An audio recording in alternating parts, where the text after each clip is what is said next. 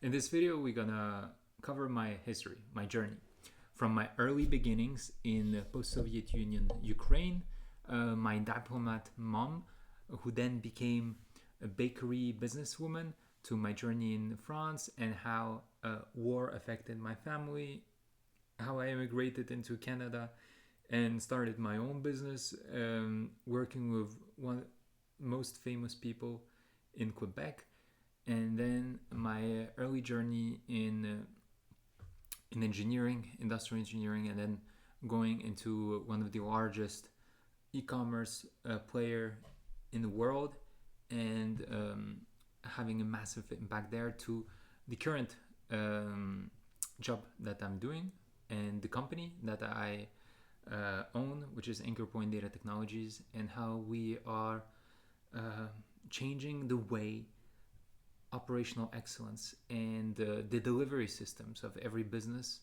are transforming to the new age.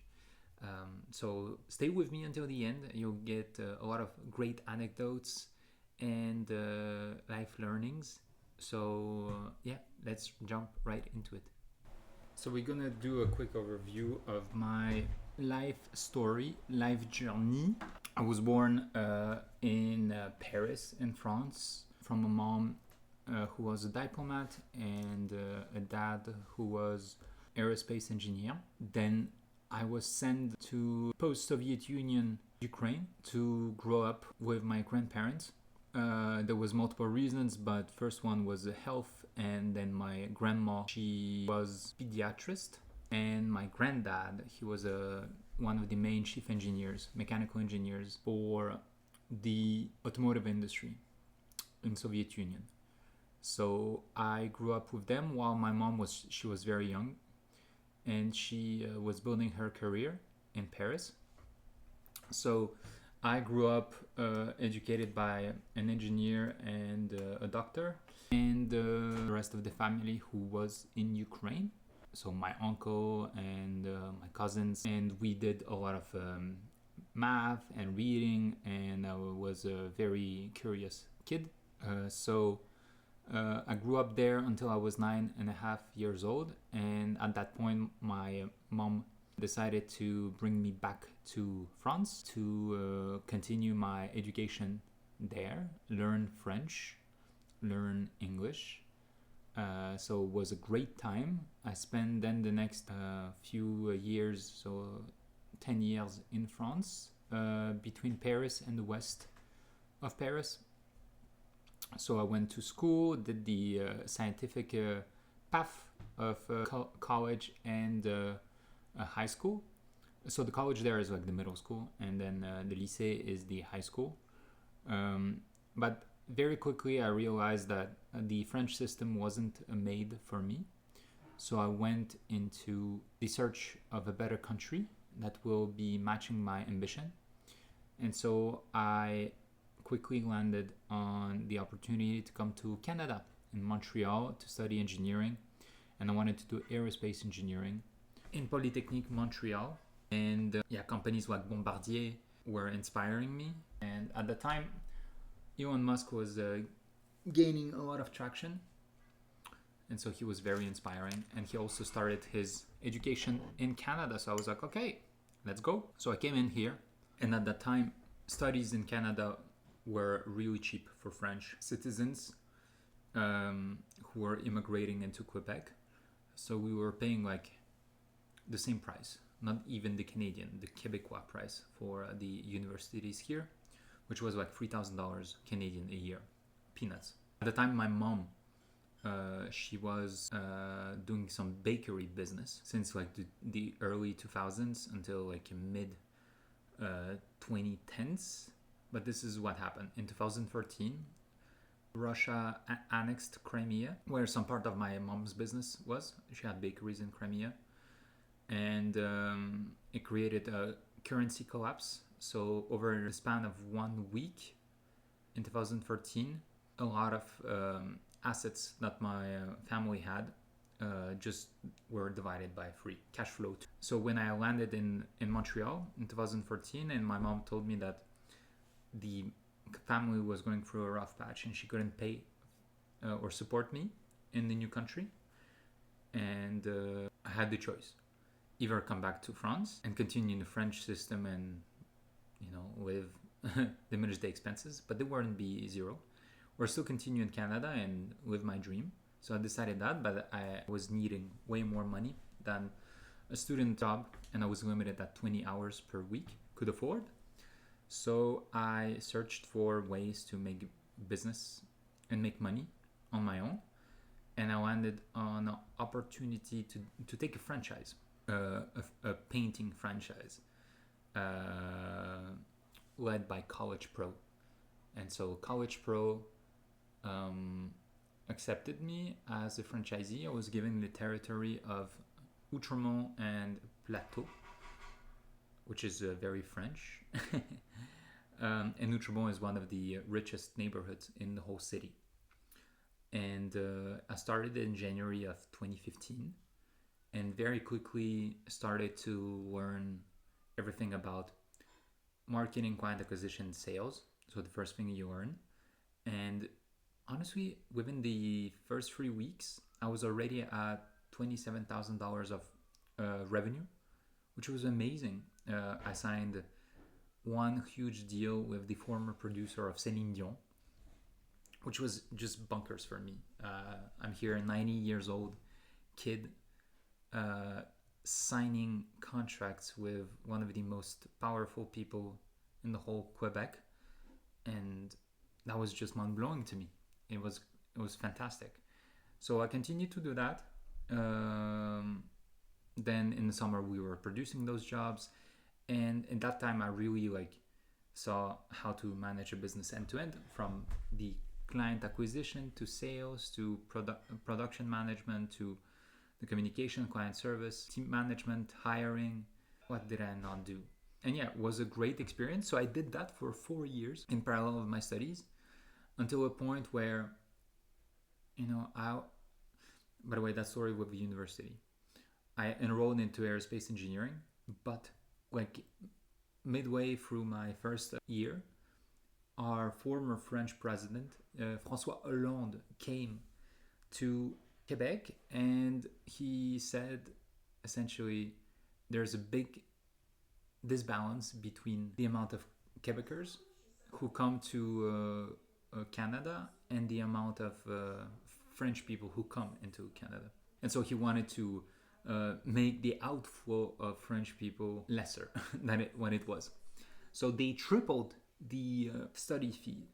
But I was enrolled into aerospace engineering, and the first year was like the class prépa. So I had to make my proof, to prove that I was a good student to be accepted. But when they changed the deal, essentially you weren't accepted up front. So you had to choose a second specialization for your bachelor, and I chose applied physics because my grandfather said, "Oh, physics are great, go there." So I didn't really care about my second choice. And in fact, the matter of fact, the applied physics at Polytechnique is the hardest bachelor you can do, because it's so intense in terms of the math, and you need to be super rigorous.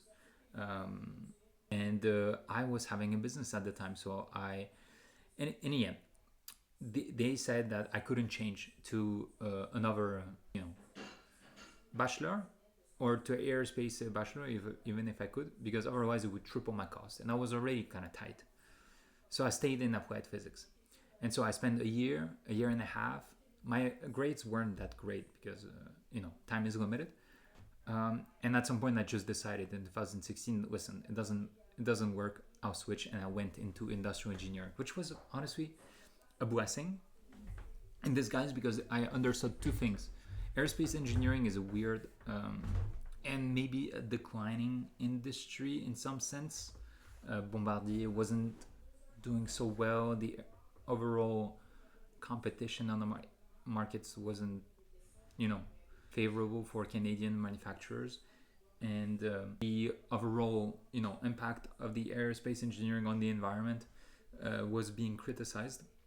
It was kind of influencing me in some way at the time. And finally, the last point is that you don't really build planes like you build a very specific part and you just geek on it. And honestly, I didn't feel that I would make such a big impact. So as you dream as a kid that you'll build a whole thing, and in the end you realize you're gonna be just one of those tens of thousands of employees, at least at the start. But yeah, that wasn't really interesting to me. So I switched to industrial engineering, and honestly, I'm glad that I did, because it's according to the rankings, international rankings, one of the best departments, especially in the last few years because of the AI explosion. And like the department was called MAGI, MAGI, and Génie Industriel. So it's like applied mathematics and industrial engineering. So it's a department that does a lot of operations research, applied statistics, yeah, just a lot of stats and math that is actually applied to the industry and the business world, which is amazing compared to applied physics that was like so far from the world application. Industrial engineering was like actually on point, and I really loved it. And that's actually the reason why in 2018 and 19 I decided to fully focus on this domain, because I really wanted to like get excellent into it. So I stopped my business. I had some money saved.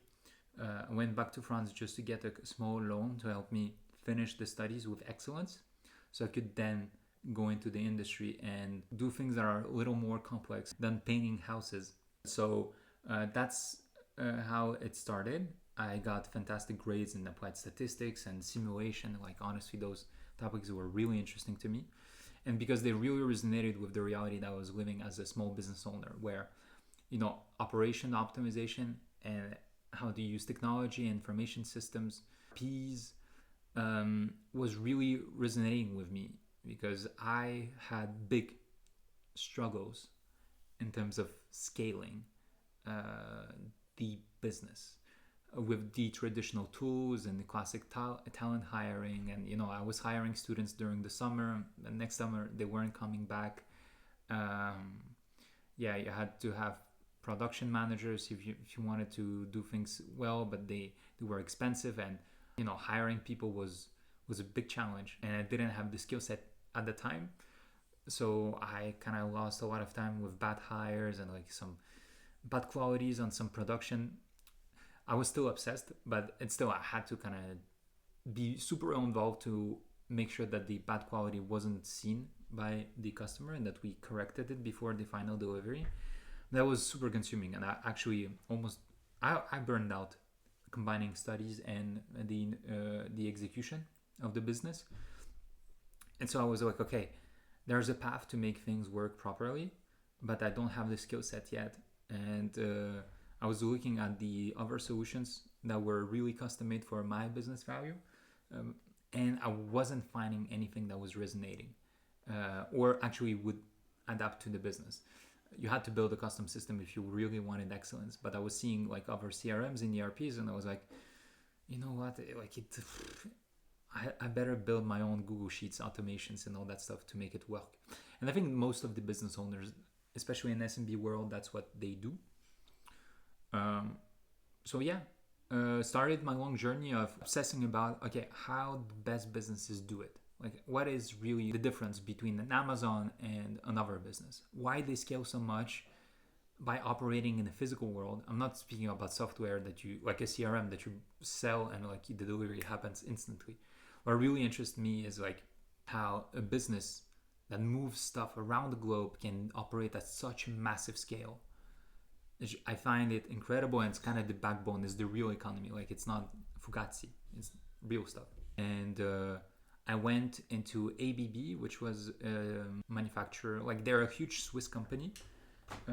They manufacture like engines and electronics and a lot of building tech.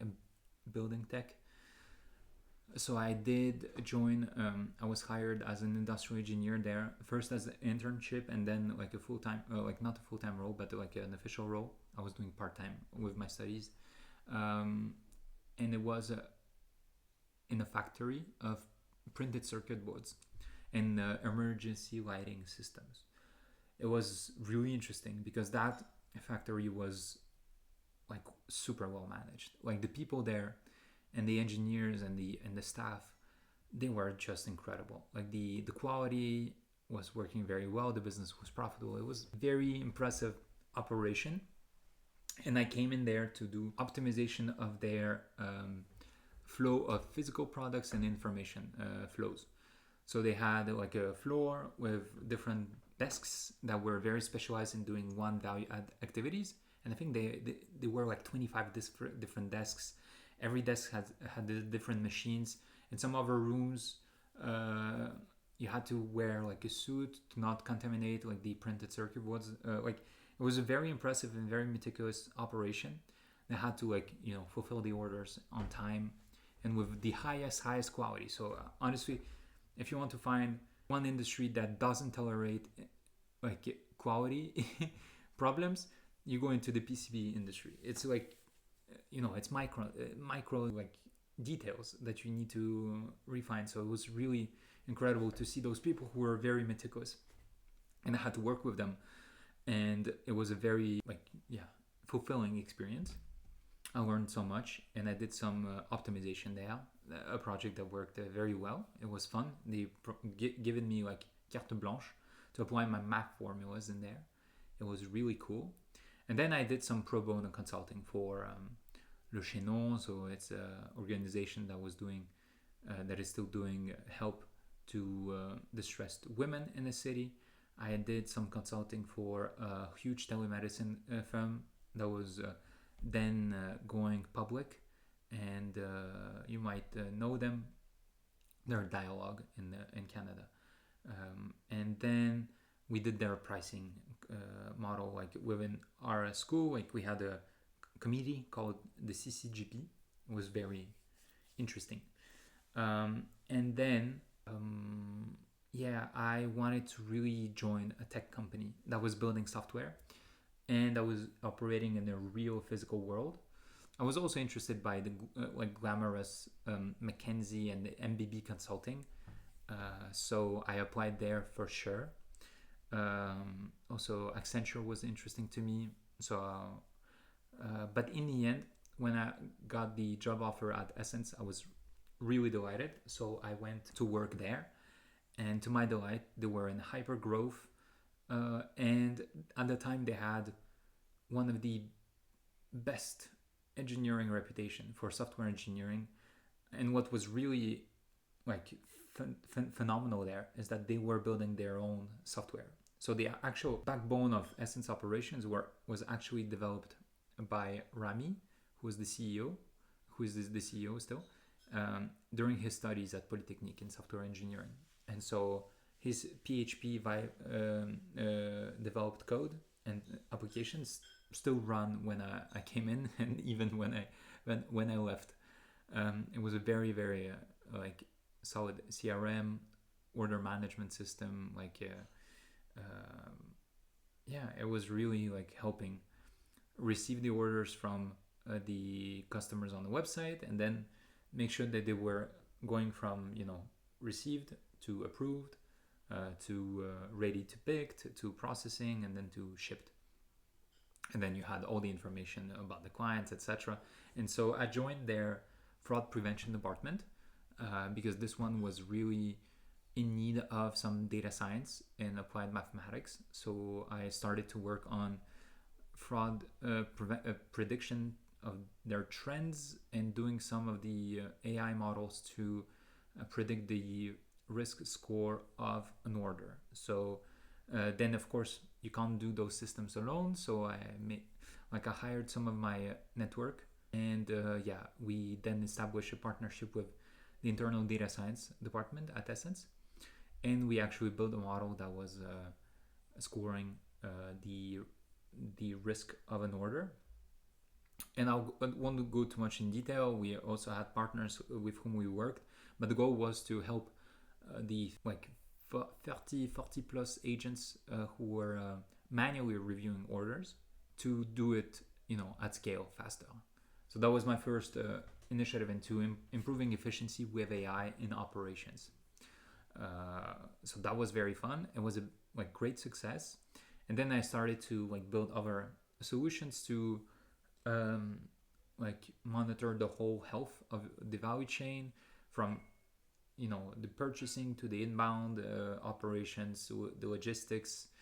I had the chance to work on some projects about the expansion into other continents. um, yeah, projects on some implementation of new softwares was really really interesting. And then slowly but surely moved into the position of the responsible and owner of the people, like process and technology of the whole value stream of operations, where we went from order to logistics to the studio operations, studio shootings, upload on a website, and then supporting with some data products. Uh, the end-to-end journey of a customer. Of course, there was a huge team around, but I had product managers who were reporting to me, some data analysts, some process engineers. It was a fantastic opportunity for me to learn. But that's the thing that started to really change. I and our leadership decided to go with generic industry standard solutions. That I was kind of against, because I actually came into Essence to learn how to build those operation systems, not buy off the shelf and try to customize them. So that wasn't really interesting to me, and neither it was for talents who actually like to build. But we made those decisions, and the company, made some decisions that I wasn't really agreeing with. I in March of 2025 left the company to fully focus full time on AnchorPoint Data Technology. And since we've been actually also exploring maybe better partners to do those operation systems for small medium sized businesses, and we try a few of them, but there wasn't something that really would match the level of quality or the speed or the unit economics that we targeted for. And thanks to the AI revolution right now and the industrialization of software development, the actual unit economics completely changed. Software is not a bottleneck anymore. It doesn't cost as much money as it used to do to build great software. Of course, you need great talent and you know what you do, but now the bottleneck really shifted to people and process. And I think that was also the main reason why those ERP and operation system projects were failing, is because the scope and the engagement and the testing and the agility and the speed was so slow, and you didn't really have time to actually properly teach or do proper change management. And usually the people who are doing that in the consulting world, they don't give a damn about your business. They usually consultants, they don't even own the tech is provided by a tech provider, and then your teams, they hate change. Nobody likes to learn a new tool, especially when it's a technology tool, because it's not going to be their workflow. They'll have to completely relearn how to do their job, and I find it very challenging to do. And I think if we solve that aspect, things become better. But so we started to develop our own operation system, so our own custom CRM or ERP. We just demolished those boundaries, those commercial boundaries, and we really started to think from first principles. And the books that I've read and the teacher and all the knowledge that I accumulated throughout the years, plus my own experience, led me to develop with my co-founder what we call the OpsOS, which is the product right now that we implement through our Trios protocol. The Trios stands for Tailored Reasoning Intelligence and Operating Systems. So we tailor those operating systems to your reality. So instead of trying to learn a software, you actually don't have to learn. We learn your processes and build around. So you don't have any change management. You actually have things that actually help your team. So you have adoption guaranteed of what we do, and it matches your customer journey and your value chain. And so we then orchestrate that, and we have proprietary algorithms that help you just make sure that you scale horizontally without hiring too many layers of managerial resources that are expensive and are hard to find. we sell that to any business in the real economy, but we also have some businesses in industries that we didn't foresee, like financial services or some consulting, custom consulting professional services. So we are quite surprised. The growth is fantastic, and but we are trying to grow very methodically because the delivery matters a lot. So we build a lot of our processes right now there. But yeah, this is my story, and I'm looking forward to build some part of my future story with you.